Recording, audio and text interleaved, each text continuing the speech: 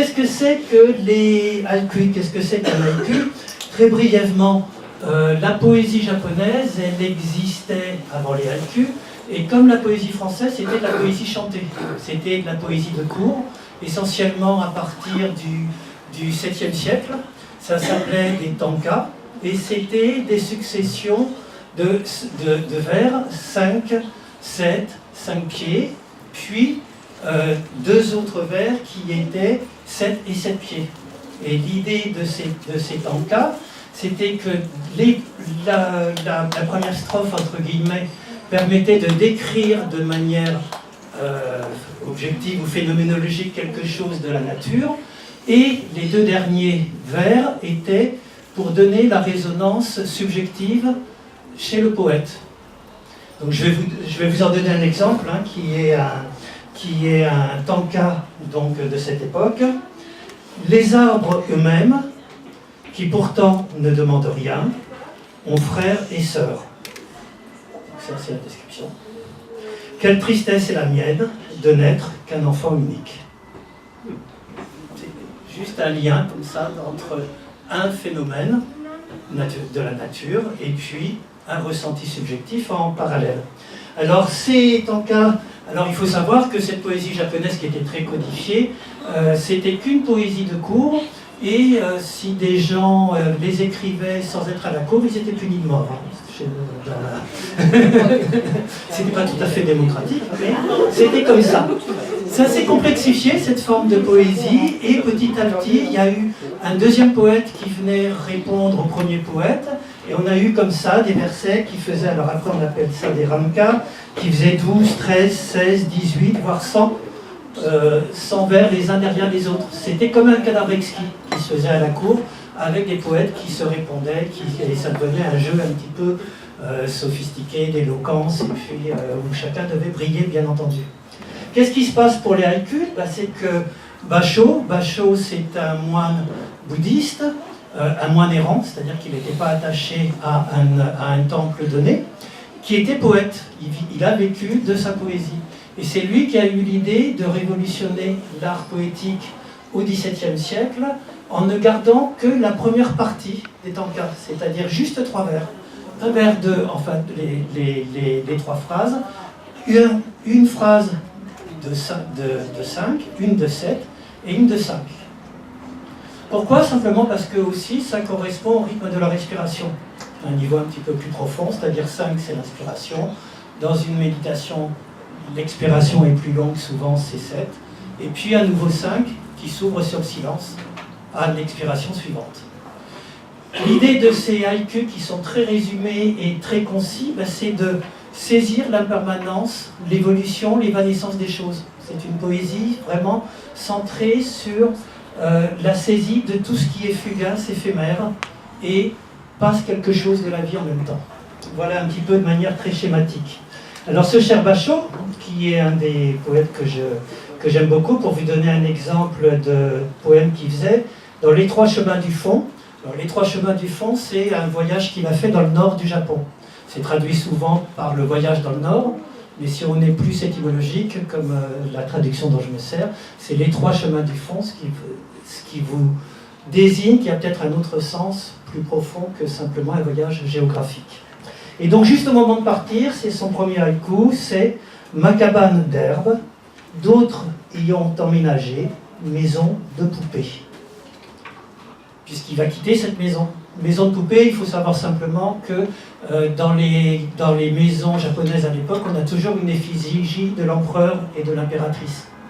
Donc ça devient le symbole à la fois de la vie qu'il n'aura pas, d'une vie familiale, puisque c'est une famille qui s'installe avec les poupées de l'empereur, etc. Et puis de sa nostalgie de partir en même temps, même s'il le souhaite. Genre, je dois commencer à voir où je veux en venir avec les morts-là, mais on verra ça plus tard. Et donc, son voyage, d'ailleurs, il en parle en ouverture, hein, toujours dans son premier vers, et il a une très belle définition du haïku et du voyage, c'est « Celui qui, toute sa vie, se balance sur un bateau, celui qui tient aux morses un cheval et va ainsi au-devant de la vieillesse, les jours étant le voyage, du voyage, il fait sa demeure. » C'est vraiment la métaphore du voyage qui est la métaphore de la vie en même temps. Et le commentateur note d'ailleurs, il s'agit d'apprendre à demeurer au cœur du temps, de ce qui se passe et change, de ce qui ne demeure pas, et d'accéder ainsi à l'éternité en s'abritant dans l'impermanence elle-même. C'est effectivement ce jeu de l'impermanence et de demeurer, habiter l'impermanence, avec une certaine forme de présent vertical, d'éternité qui peut-être surgit à ce moment-là.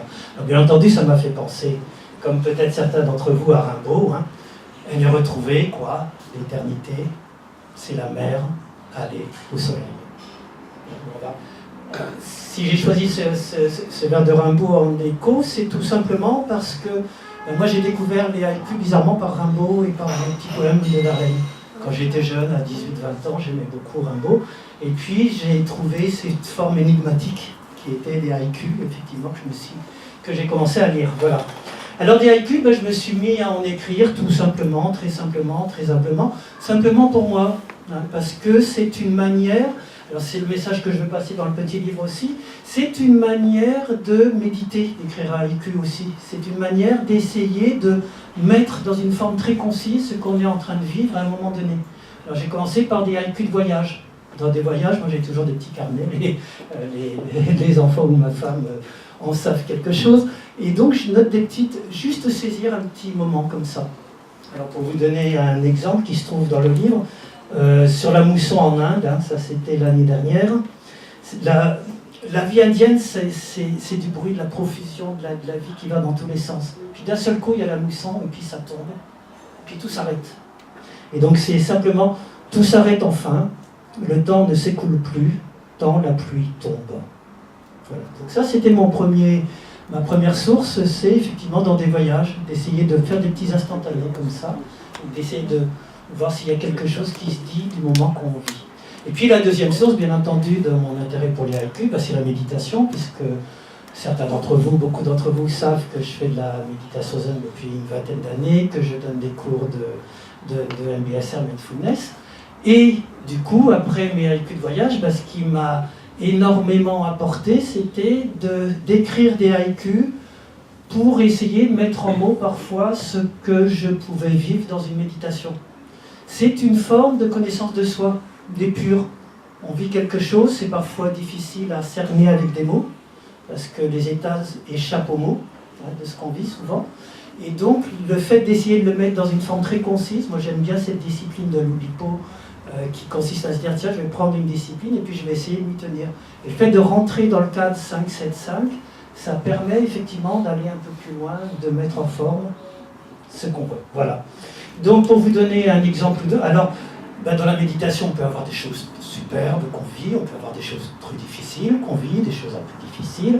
C'est la vie. Méditer, c'est simplement s'asseoir, voir ce qui arrive et l'accepter comme ça arrive. C'est rien de plus, hein, c'est tout simple. Et juste l'accepter par contre, et pas essayer de projeter, de ruminer, etc. Et donc il y a des choses difficiles, il y a des choses faciles, et puis heureusement il y a de l'humour, hein. Bachot avait beaucoup d'humour, donc j'ai essayé de retrouver pour vous donner quelques petits exemples de haïku de méditation avec de l'humour. Alors celui-là c'était après une retraite de 7 jours, la dernière, le premier zazen de l'aube, et puis après on devait se quitter. Et dans le silence, l'aube est trouée par un bête. Retour au monde.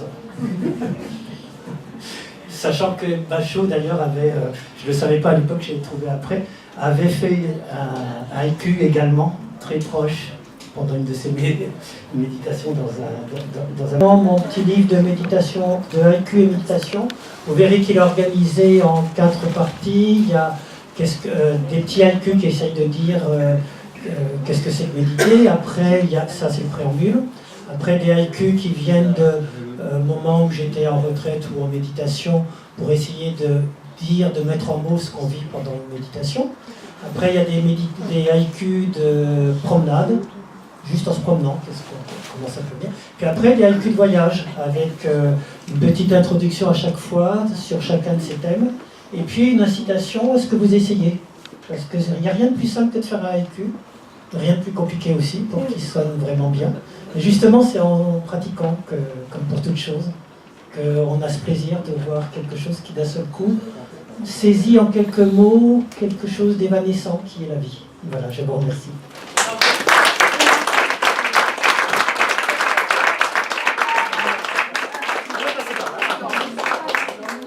Pour les livres, c'est là-bas, pour la boisson, c'est là.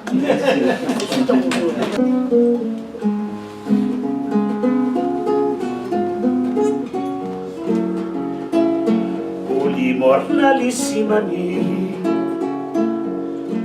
na minha realidade, te acompanhamos a todo lugar, na ilha ao mundo inteiro, lugar mais longe onde é que vai, para preservar um bom cristão.